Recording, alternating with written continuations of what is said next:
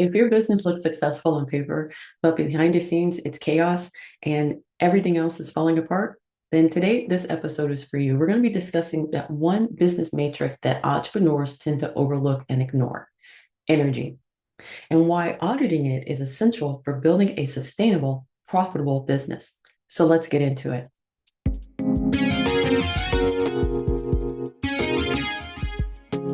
Welcome back to the Jameela Adams Experience, the podcast for women entrepreneurs ready to build businesses that are not only profitable, but sustainable. Today, I want to talk about a business metric that people ignore and overlook, and that's energy. Because on paper, everything may look great. The revenue is coming in, you've got clients, and everybody is showing up. The numbers are looking great. However, behind the scenes, you're tired, you're irritable, and quietly losing enthusiasm for the work you once loved. I know that's you, Sharon. That disconnect is not something to ignore. It's something that needs to be examined. So how do we do that? The problem is you're editing everything else except how the business feels. As entrepreneurs, we're trained to measure everything: the revenue, the conversions, engagement, all the things. The numbers do matter. The truth is that many business owners learn the hard way. You can't spreadsheet your way out of burnout. Let me repeat that. You cannot spreadsheet your way out of burnout. So, research shows that chronic work-related exhaustion significantly impacts focus, creativity, and decision making. That people are experiencing burnout are more than twice than likely to be disengaged and mentally checked out. And we've all been there. So, even if their performance appears to be fine on the surface, your energy or their energy is consistently low. And honestly, let's be real here.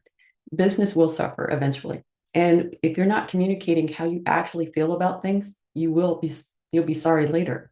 So this is a solution how to remedy that problem about being, one step away of burnout. Is like you have to get honest about the emotional and mental cost of what you do. As entrepreneurs, we're always looking at the numbers. We're always trying to make sure everyone is happy, not just in our business life, but our home life as well. If you work from home, everything really does tie together. The thing is that you forget that some things have to be separated and you have to check in on yourself. Like, how am I feeling about today? How do I feel like going into the office today? So let's talk about how to audit our energy. So number one, let's ask ourselves this question: what tasks consistently drain me? I know we've talked about this before, but let's really give it a hard look. What consistently drains you, and how do you remedy that? If you don't like talking to people on the phone, unfortunately, it's part of the job. Maybe you can have an assistant make the calls for you, and then you can do the follow-up. That's one way. Have someone do that if you are able to do that. Then you have to look at which clients or projects leave you energized and ones that don't, and you have to assess that. Personally, I've experienced that. I've had, clients that really built me up to make me want to step out and be that superwoman that I always imagine myself to be. And then there's other clients that literally are like vampires and they suck the life out of you. You don't even like getting a call from them because it's always going to be something negative, even though they may not think it is, but it is. So my advice to you is just really look at it and say, okay, does this client or this project really feed into me to build me up, or does it take the wind out of my sails? Where am I operating out of alignment with who I am and how I work best? So you have to really think, am I in alignment with this particular project, or am I in alignment with this particular client? So you got to go back and say, do these projects build me up? Do they help me to want to do more, or do they drain me and make me resent what I'm doing? So you have to answer these questions honestly, because what happens out of this is you gain clarity. And that's what we need in anything that we do in our life, especially as an entrepreneur. We have to be intentional and we have to be clear on what we want out of our projects and what we need from our clients. So from that clarity, you can make intentional adjustments, such as simplifying or refining your offers. Some things you may just have to either pass on to someone else or just stop doing. So the other thing too you have to realize is that you have to adjust your schedule to support the focus that you need and rest. Rest is something that is not a luxury, it's a necessity. And I believe I've said that before. Rest and focus are things that we need to do to think clearly with everything that we do. So the other thing you have to remember is strengthening your boundaries around your time and availability. Especially for women, we always want to make sure everybody's okay.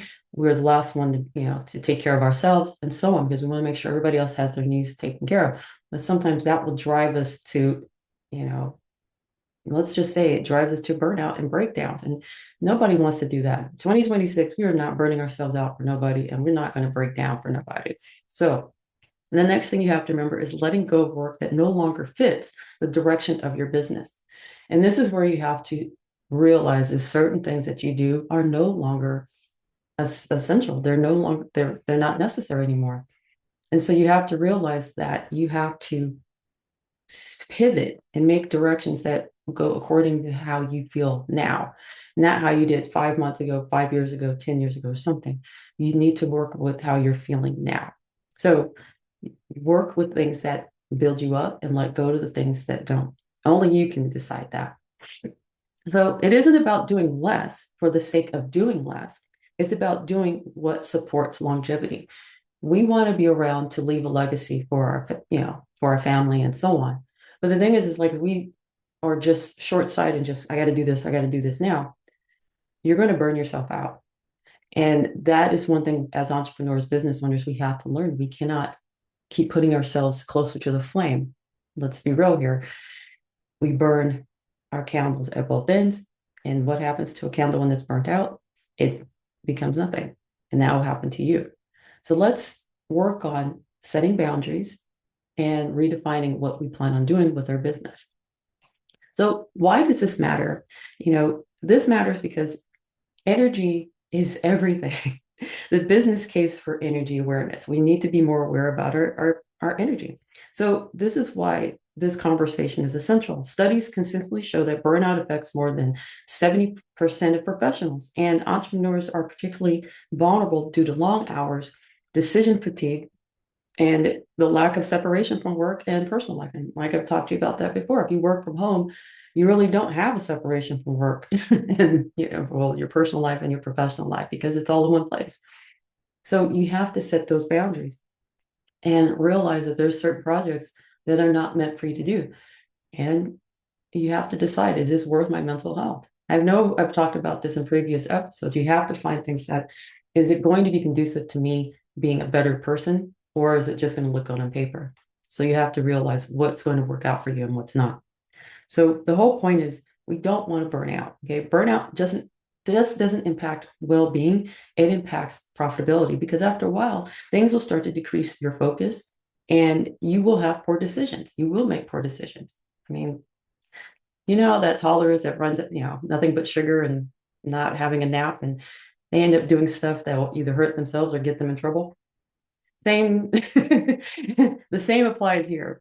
If you're only running on caffeine and ambition, it's not going to get you through. You need to be more sustaining.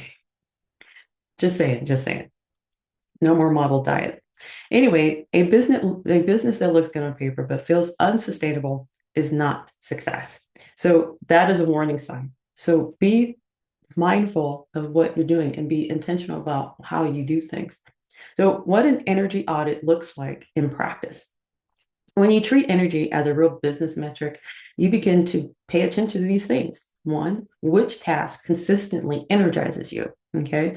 Find something that actually makes you smile, something that makes you think, something that makes you feel like, oh, I can do this and I feel good about it. The next thing is, which responsibilities drain you the most?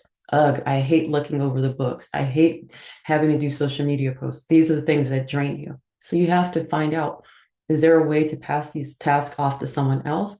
Or is it something that you really need? Well, obviously, you need your books done. That is a given. You can't step away from that.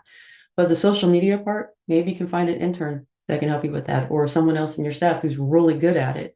And hey, can you help me with this? Because I really need to step away from this. So you also have to remember where friction keeps showing up in your day-to-day operations.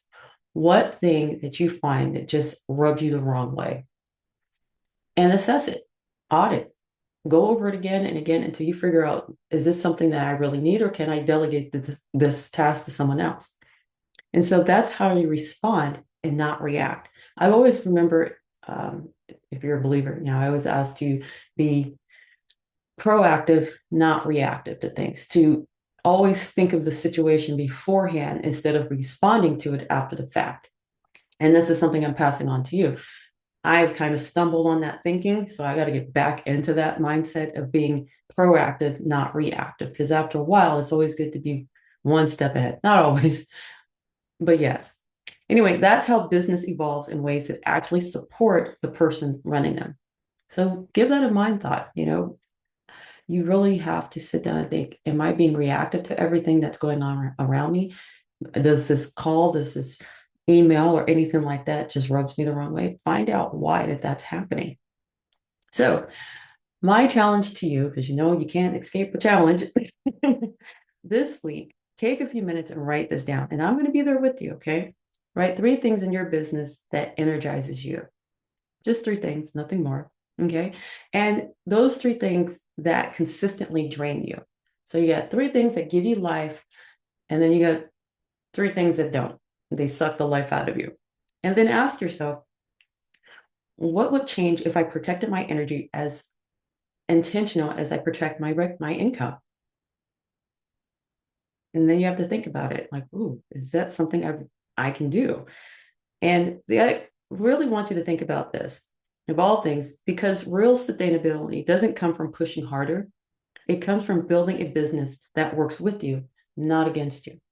So let's focus on that. Work with things that work with you and not against you. And that's what we have to be intentional about. So if this episode resonated with you, take a moment to reflect, because I sure will. And remember that your energy is not optional. It's a fundamental thing. It's something that you have to hold on to. So your energy is what keeps you going. So with that being said, until next week, I want you to be inspired, be inspiring, be encouraged, be encouraging. But most of all, I want you to be you, and I will check you out then. Take care.